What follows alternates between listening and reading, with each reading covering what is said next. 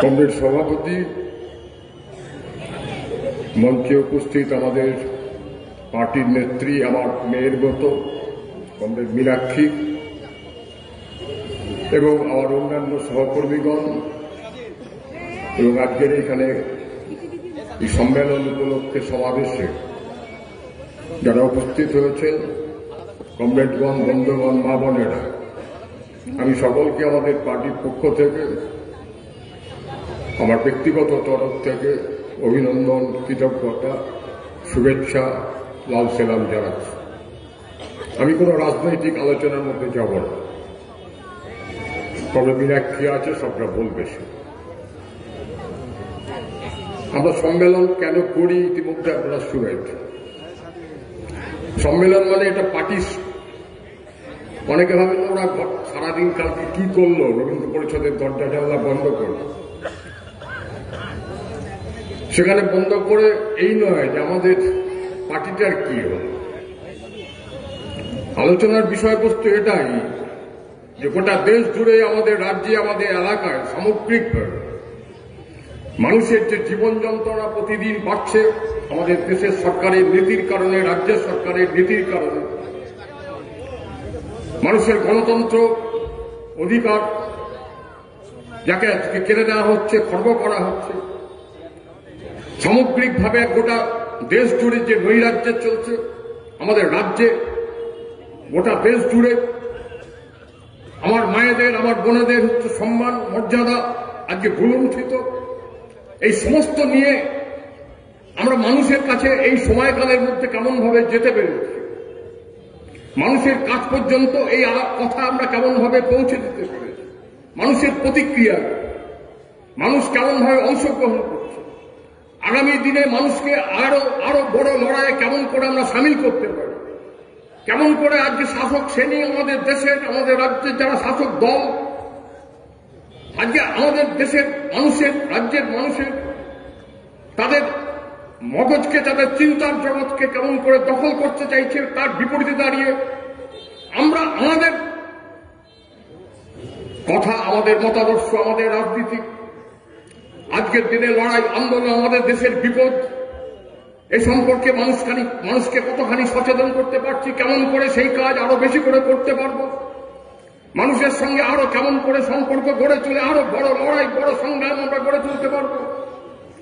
এই আলোচনায় আজকে গোটা রাজ্য জুড়ে পার্টির এরিয়া সম্মেলনগুলোতে এই আলোচনা হচ্ছে। এই আলোচনা যাবে এরিয়া সম্মেলনগুলোর আলোচনা পার্টির জেলা সম্মেলনে আমাদের জেলায় অনুষ্ঠিত হবে 27 থেকে 29 ডিসেম্বর কালনাড়। সমস্ত জেলা সম্মেলন হয়ে যাওয়ার পরে জেলা সম্মেলনের মূল আলোচনার মর্মপ্রস্ত হবে যাবে আমাদের পার্টি রাজ্য সম্মেলনে 2025 সালের 22 থেকে 25 ফেব্রুয়ারি হুগলি জেলার ডানকুনিতে অনুষ্ঠিত হবে। সমস্ত রাজ্যের সম্মেলন, ইতিমধ্যে কিছু রাজ্য সম্মেলন অনুষ্ঠিত। রাজ্য সম্মেলনের শেষে আমাদের পার্টির সর্বভারতীয় সম্মেলন, মহাসম্মেলন, যাকে বলা হয় পার্টি কংগ্রেস, 25 সালের 2 থেকে 6 এপ্রিল তামিলনাড়ুর মাদুরাই শহরে অনুষ্ঠিত হবে। সেখানে এই সমগ্র অভিজ্ঞতা আলোচনা পর্যালোচনার ভিত্তিতে আগামী দিনে কেমন করে আমরা কোন পথে লড়াই করব সেই বিষয়ে সিদ্ধান্ত নেওয়া হবে। আগামী দিনে মানুষের অধিকার রক্ষার সংগ্রাম, মানুষের জীবন জীবিকা থেকে কেমন করে এই বাস্তব আজকের এই সমাজ ব্যবস্থার মধ্যে দাঁড়িয়েও কেমন করে মানুষকে কিছুটা রিলিফ দেওয়া যায়, কেমন করে মানুষকে কিছুটা তার দাবি আদায় করা যায়, মানুষকে কেমন করে তার প্রাপ্য শাসকের হাত থেকে ছিনিয়ে আনা যায়, সেই আলোচনা হবে আগামী পার্টি কংগ্রেস। ফলে এই লড়াই, এই যে এরিয়া সম্মেলন, এই যে সম্মেলন আমাদের প্রক্রিয়া, পার্টি এই সম্মেলনের প্রক্রিয়া শুধু পার্টি কমরেডদের জন্য, পার্টি কর্মী যারা, পার্টি সদস্য যারা, তাদের নয়। এই সম্মেলন প্রকৃত অর্থে মানুষের সঙ্গে, মানুষের লড়াই, মানুষের জীবন জীবিকা, মানুষের সমস্যা, মানুষের সংকট, মানুষের দুঃখ, মানুষের কষ্ট, তার থেকে পরিত্রাণ পাওয়ার জন্য, পথ খোঁজার জন্য এই সম্মেলন। আমি সেই জন্য বলতে চাই, এই সম্মেলনের পরে আমাদের পার্টি কর্মীরা আপনাদের কাছে আরো বেশি বেশি করে যাওয়ার চেষ্টা করবে। আজকের দিনে দাঁড়িয়ে এটা বুঝতে হবে যে এরা মানুষকে নানানভাবে প্রলোভিত করে, মানুষের জীবনের সমস্যার সমাধানে রাজ্যের সরকার বলুন, কেন্দ্রের সরকার, কেউই সে পথে যায় না। যারা চায় না, তাদের লক্ষ্য বড় লোকদের স্বার্থ রক্ষা করা। আমি বলেছি রাজনীতিতে যাব না, আপনি বলবেন।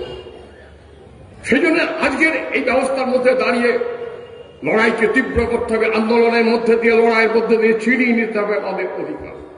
আমি সবশেষে যে কথাটা বলতে চাই তা হলো এই, যতই আমরা এই ব্যবস্থার মধ্যে লড়াই করে আমাদের আন্দোলন দাবি কিছুটা ছিনিয়ে আনতে পারি, ঠিক, এবং তা করতে হবে, কিন্তু মনে রাখতে হবে এই গোটা ব্যবস্থাটার পরিবর্তন ছাড়া, এই পুঁজিবাদী ব্যবস্থার অবসান ছাড়া, সমাজতান্ত্রিক ব্যবস্থা কায়েম করা ছাড়া, শোষণহীন সমাজ ব্যবস্থা কায়েম করা ছাড়া, যা দেখিয়েছিল এই নভেম্বর মাস গেল, প্রথম ভারত পৃথিবীর মাটিতে শোষণহীন সমাজ ব্যবস্থা, শোষণ মুক্ত সমাজ ব্যবস্থা, গরিব মানুষ, চাষি মজুরের রাজত্ব কায়েম করেছিল সোভিয়েত রাশিয়া। সেই পথ ধরে আজও গোটা বিশ্বে এই লড়াই চলছে। সেই সমাজতান্ত্রিক ব্যবস্থা কায়েম না করা পর্যন্ত মানুষের জীবনের মুক্তি নেই।